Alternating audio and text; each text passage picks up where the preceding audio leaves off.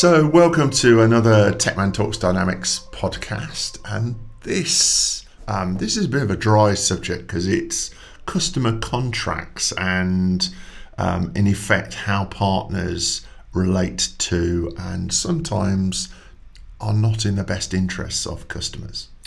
Yeah, I think it popped up in a discussion we were having the other week because we had a customer that was looking to move across, and then suddenly they found out there was a whole bunch of hurdles that they had to get across before that could happen, and they weren't aware, not always the partner's fault by the way, but they weren't aware of what they'd agreed to in terms of licensing, and then we started talking about other things that can impact customers and things to be aware of. So I suppose it's a bit of a list of gotchas to make sure you don't fall into if you signing up with a partner or agreeing a chunk of work. And I think most customers are fairly understandably ignorant about how they are, their relationship with a partner, how dependent they are is probably the word I could use. I think one of the big pluses for choosing a solution like Business Central is that they will say you can just pick it up and move it to another partner. Yeah. So I think the assumption, So if something happens to that partner, if the relationship doesn't work out, or you want to move to a partner that's maybe more specialised in the areas that you work in, then one of the beauties is you can just pick it and move it. However, what we found is it isn't always that easy. So depending on how your system is structured, how your contract is structured, how your licensing is structured, your development, it might not be as easy to move as you think it is. And some of those contracts might be a few years old and perhaps signed by people that are no longer with the organisation. And has anybody got a copy? Yeah. So it's only when you're having that difficult discussion with the partner that you probably find out what and it's the detail that is what's involved. I mean, this is divorce in the true sense of the word, isn't it? Because you might want to kick out the old one and move a younger model in, but getting rid of the old one can once, particularly if lawyers particularly if the lawyers get involved, it's going to get messy and and all the rest of it. So I think there's lots of instances over the years where we've seen it from both sides, where when we have had a customer leave, they haven't really realised the implications of some of the services that we provide, and the new partner's gone in there in blissful ignorance and gone, yeah, I can do all of that, and then gone, oh, actually, I can't do that bit, which is critical to the customer, and it all falls apart.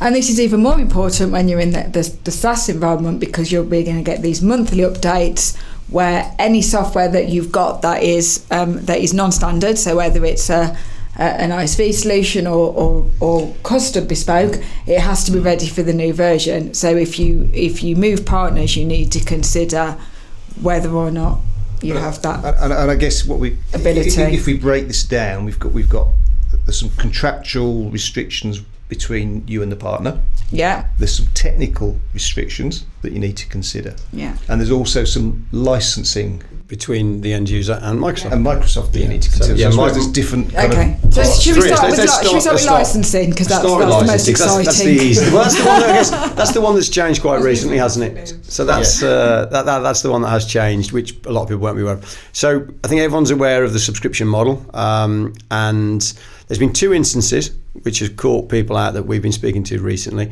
The new stuff that's happening with Microsoft from the 1st of April is if you want to spin up a brand new agreement with them, their CSP model has changed to something called NCE, New Commerce Experience, and that means you now sign up for a period of time. So that can be 1 month, 12 months, and allegedly we'll be able to do 36 months as well very shortly.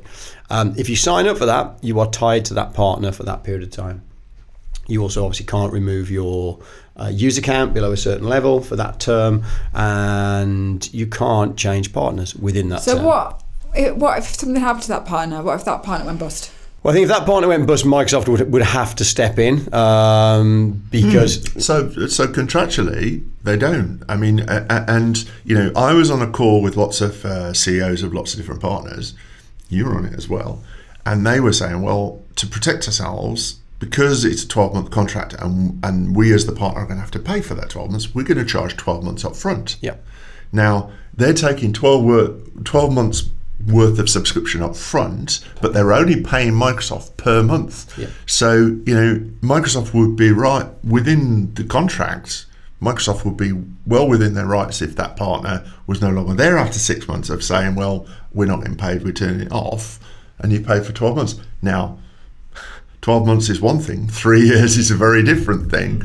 And partly why, maybe a 3-year agreement, there needs to be a very different payment model other than the upfront payment. We're not doing that, are we? We're taking payment each month as during that period. Yeah, absolutely. We've got the ability to do that. I mean, those partners also said there are some that they will only do a monthly agreement with. Yeah. There's a 20% premium for that. So you pay extra for it, but they said that some of the customers are quite happy to. That's a monthly agreement with Microsoft as well. It's back to back. So if I want to stop after 3 months, I can do, but I have to pay that 20% premium on the monthly. Correct. Payments. I mean, we should make the point that if the partners sign a 12-month agreement, with Microsoft, even if the customer goes bust and the partner's no longer getting paid, the partner still now has to pay Microsoft.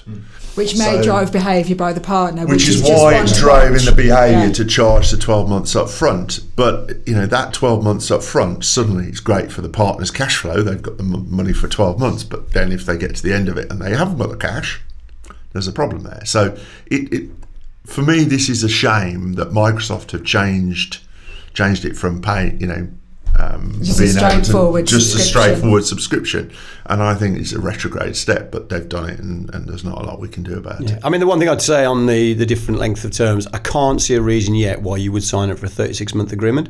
Microsoft are not offering you a price incentive to sign up for longer. It fixes your price. It fixes your price. It can't go up.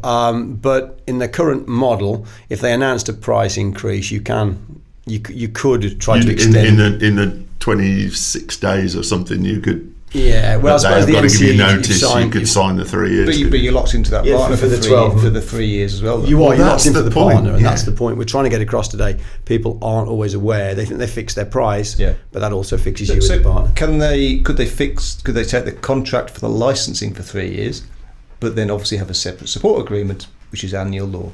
That's going to be messy though, isn't it? Because admin rights. Well, that's another potential gotcha as well. That's another potential issue that we should touch on as well. I mean, let's the delegated admin rights might get you around that. Yeah. So let's be clear. I think that it is every customer should really have a situation where they can move partner as easily as possible to move. And I think because primarily when I've got my customer hat on, if I'm looking at that, the best way of getting the best service from your partner is to have the option of going to a different partner. It's what you said earlier, Liz. And I think if you have a good relationship with your partner, but hey, look, partners get acquired. We've seen another one in the last week or so get acquired by Telefonica, Spanish telecom, and kind of what's going to happen to them, and you see lots of people move. The focus of the business can change. Yeah, I think 12 months is a reasonable time to commit to a contract, but I'd be dubious about committing to it for 3 years because lots can happen in 3 years about ownership, about the people who work there, around the quality of service, and if you're tied in for that period of time, I don't think that's probably in your best interest. And has there been any tie-in before NCE longer than 12 months with Microsoft?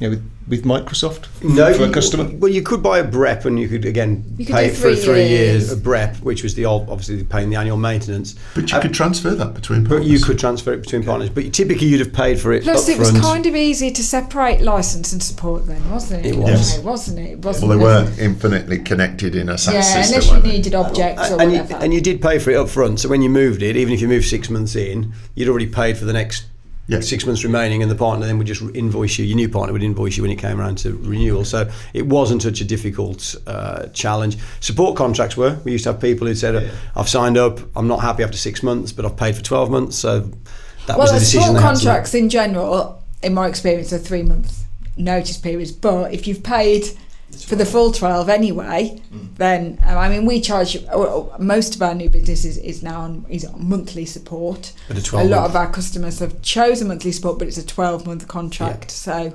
that's another one to watch as well. And from a partner perspective, if you don't have if you just did month to month to month, your ability to invest into your support team when your revenue might drop off a cliff. Yeah, and there is a potentially. cost to onboarding a customer. When we take a customer either from projects or when somebody moves across from another partner, there is a period where there is a big investment in that customer to get up to speed on what they do.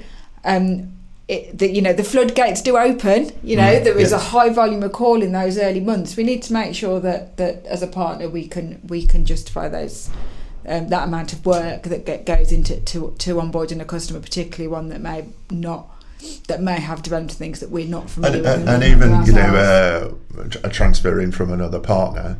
Typically, there's a high volume of calls initially because the reason they're transferring is that they're not getting the answers and there's a backlog. Generally, a happy customer doesn't transfer. So if they move, then usually it's because there's a host of issues problem with service they need resolving. And then if they realise that there's someone on the end of the phone that's going to help them, then those floodgates will open.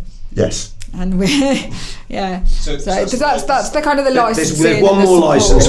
There's one more license issue, and that is Microsoft 2 years ago, near enough, did the promotion to allow you to pay your annual maintenance monthly. Oh, this is the COVID thing to help people with cash flow. Yeah. And what we found is if someone has signed up for that, and you could extend it for I think two further years, so there's probably a year, 18 months left for people on that. If you then move partners, we couldn't onboard you with that promotion because that promotion is no longer available. So as you move across, that's not available to us on the price list for a new customer.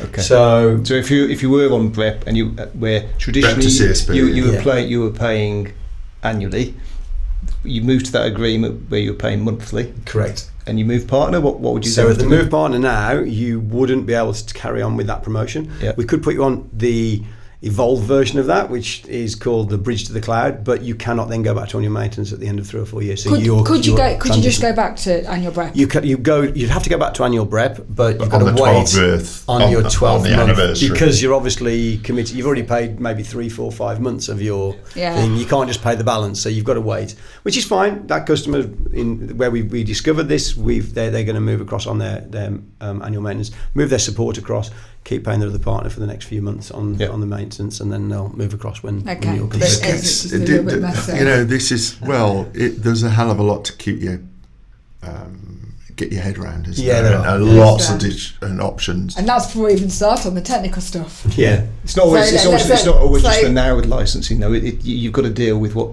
The history, the legacy of it. Yeah, absolutely. Yeah, and that's one. I mean, that will eventually die out because that promotion finishes. I think in probably 12 months' time. But it's interesting for people that are on it because for some people they don't want to make their commitment. They're going to go full cloud in terms of the licensing model, the subscription model, because there's different economics at the end of the promotion. So So that's the licensing as far as I'm aware, unless something else comes out. 20 minutes gone, we have to do another one next week with an update. Another scenario pops up, So the technical side of it, I mean, I think, systems aren't used in isolation anymore, are they? So in effect, it's very unusual to have NAV BC sitting on a set of servers, not talking to any external services. And yet we, very logically, as a partner, I know over the last few years, we've constructed more and more kind of cloud services that our customer systems talk to do specific things. So EDI is probably the classic one where it comes up to us, we do all the conversion in the cloud, and then we stick it into whichever trading partner they've got. Integrations with people. Integrations quite often. And Amazon, eBay, those kinds of integrations where they're sort of similar. All the shipping agent integration, again goes up into a cloud service, and that means we can monitor it because it comes if it's got an integration aspect, there's a communications aspect dependency anyway, so there's no thing, and it's far easier, far cheaper for us to manage one system centrally than lots of individual customer systems. The problem is, if you're not aware of this dependency you go transfer, and suddenly we're saying, well, we're still providing this for you, and how are you going to remove that over? And the cutover of that can be either way, in or out, can be quite complex. So there is a more a higher level of dependency, if you like, between, I think, a partner and a customer than there's been historically. It's not just a case of talking verbally or via email. It's there's all sorts of I think it's important that customers understand where their data is and who has responsibility and for the it. kind of structure of their system. And the structure of the communications in and out of those systems. The old kind of network diagrams. It's not a network anymore. It's so much more than that. But I think that kind of diagram is really important. The diagram typically shows going from your system up to this big fluffy cloud. Unfortunately, once you're up there, you need to navigate through that cloud and out the other side. And whose cloud? Who owns that cloud? Who manages that cloud? One of the other challenges we've got now as well is that going back, not so many years ago, the list of third-party add-ons, the popular ones, the main ones that most partners were dealing with, pretty well much all partners knew it, understood them. If they didn't have active customers using it, wouldn't be averse to taking it on and supporting it. There was usually somebody in the organisation who'd worked with it before and could. These days, when you've got 2,500 apps sat on AppSource, supporting that as a partner gets obviously impossible. We certainly couldn't guarantee to any prospective transfer that we could support all the third party or the ISV apps that they have. But the thing is, the thing is, a number of times I sat in front of a customer and said, well, look, if it's working now, we can keep it working. We can keep it stable until... And when it was on-prem and it had been there for 18 months, 2 years, 5 years, whatever it was, you could be relatively confident if it, that was the situation. In the SaaS world, where it's going to, you're only 30 days away from a change, okay, you have to understand, when the changes come in from Microsoft of what they're changing in this CU update, we've got to be able to look at those, understand the implications for that customer. And for that, you need to understand how that customer is engineered in quite some detail to be able to make it work. So, we arguably used to kick the can down the road and support their existing implementation while we were redeploying onto a nice clean copy. That was a very common model where we'd support the old one for 12 months while the new one was coming together. In a SaaS world, that doesn't really work. I think the other option... It can. If whoever has published those apps is providing updates and we can access those updates, then we can. So that comes down to selecting the right tools and selecting the right products. It's a little bit before different. You get a dependency on them. It's a little bit different if they're per tenant extensions that have been specifically coded for you as bespoke. Because first of all, who owns it? So I've got some passionate views on this, which is that if you've paid the customer if you paid the partner for time, you should own the product of that time, which is the IP. So that source code belongs to you. But the problem is that source code, contractually it might not, but also the source code often is not, in the Business Central extension world, the source code might not be on your system and we might not be able to get at it if it's a runtime extension. So in effect, then the partner is holding you to ransom because something that you've paid for the creation of, they're then saying, we're not going to give you if you want to go else unless you continue your commercial relationship with us.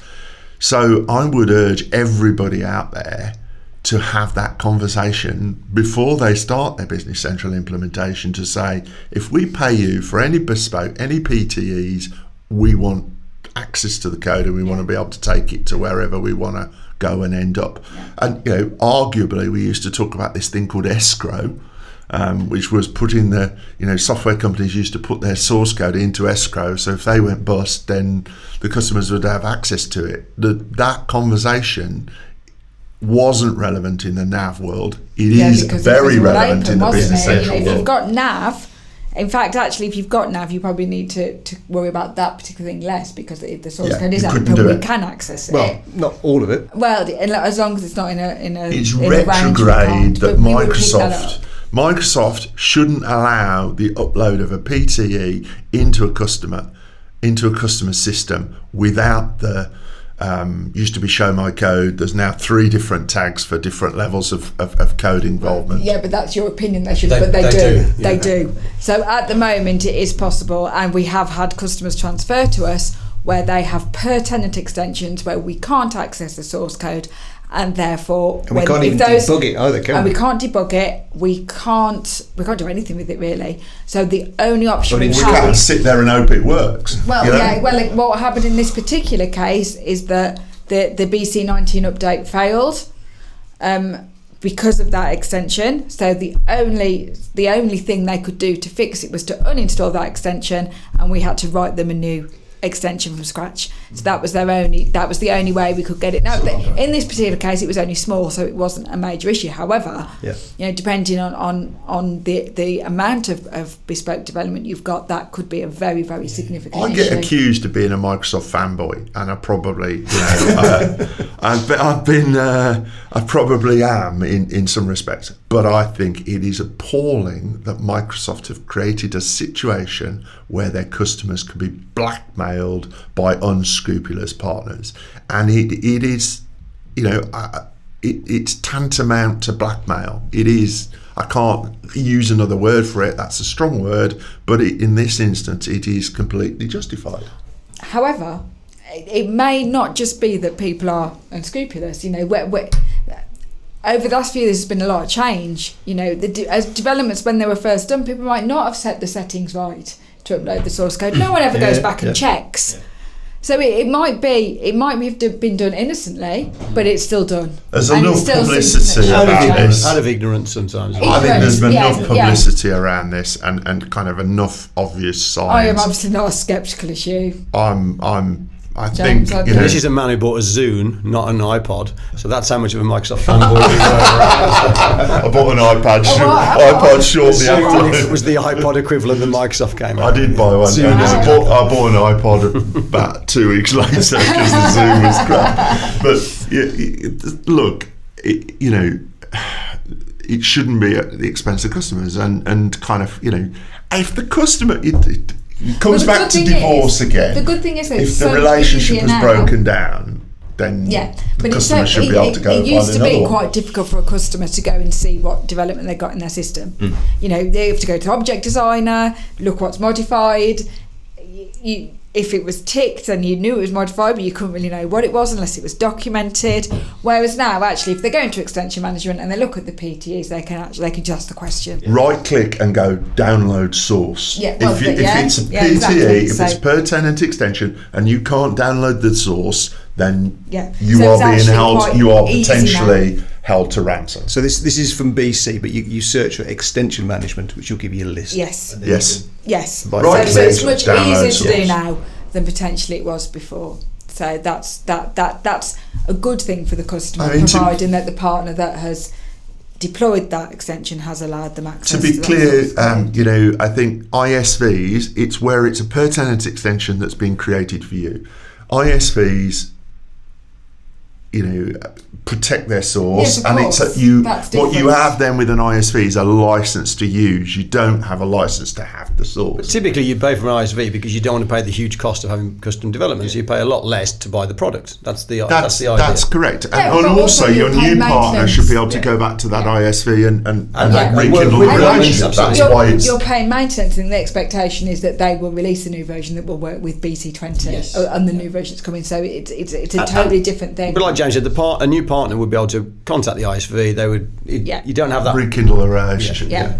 I mean, the other thing, the one thing with ISVs is that you can set in an extension that the code isn't shown, and I have a real problem again with ISVs. One of my quantifiers for whether an ISV is good or bad. This is James's therapy session. It is. Event. Is the code not being shown at a debug level. So talking about Clever Dynamics, which is our ISV, most people know. All of the Clever Dynamics apps effectively. Any partner can debug through the code to see, if something's going wrong, why and how and where, and diagnose that. Now, there's only one little bit we don't do show my code, which is the licensing enforcement, which for obvious reasons we're not going to enable people to reverse engineer, but we've specifically structured it so that is in a separate part, a separate what's called library extension, and that is the only bit where we don't do that debug. So the partners can do what they're paid to do. So partners, the help desk can get on with sorting the problem, potentially, without trying to help us to if they can read the code, then result. generally from a support desk you will be able to resolve the issue quicker. And I think all ISVs should be, should start to realise that actually the code is not where the value lies. The value lies, in effect, is the knowledge to create the code, not the code itself. The code is just understanding the process and enhancing that process as opposed to and keeping it going with subsequent updates going out. So hopefully more and more ISVs will follow that approach of kind of being less distrustful of people ripping off their code. Look, if somebody wants to go rip off the Clever Dynamics code, feel free. Good luck. We struggle to maintain it, to keep it up to date, and all the rest of it. So if somebody who hasn't written it wants to have a go, knock yourself out, particularly for 1 and 2 steps. In 6 months' time. Yeah, absolutely. It's not really practical, I think, for somebody to take your code and rip it off. So just take the app. Just take the app. It's that's not sensible. So there are, I would love our community to be full of people with total scruples, and our mantra at Tecman is always spend the customer's money like it's your own. Do what's right by the customer, and that you get your reward with their loyalty. The majority of partners are. I mean, we work with partners, and when a partner does transfer, it happens to every single partner. Sometimes there's a better fit, whatever, they got something particular they can offer.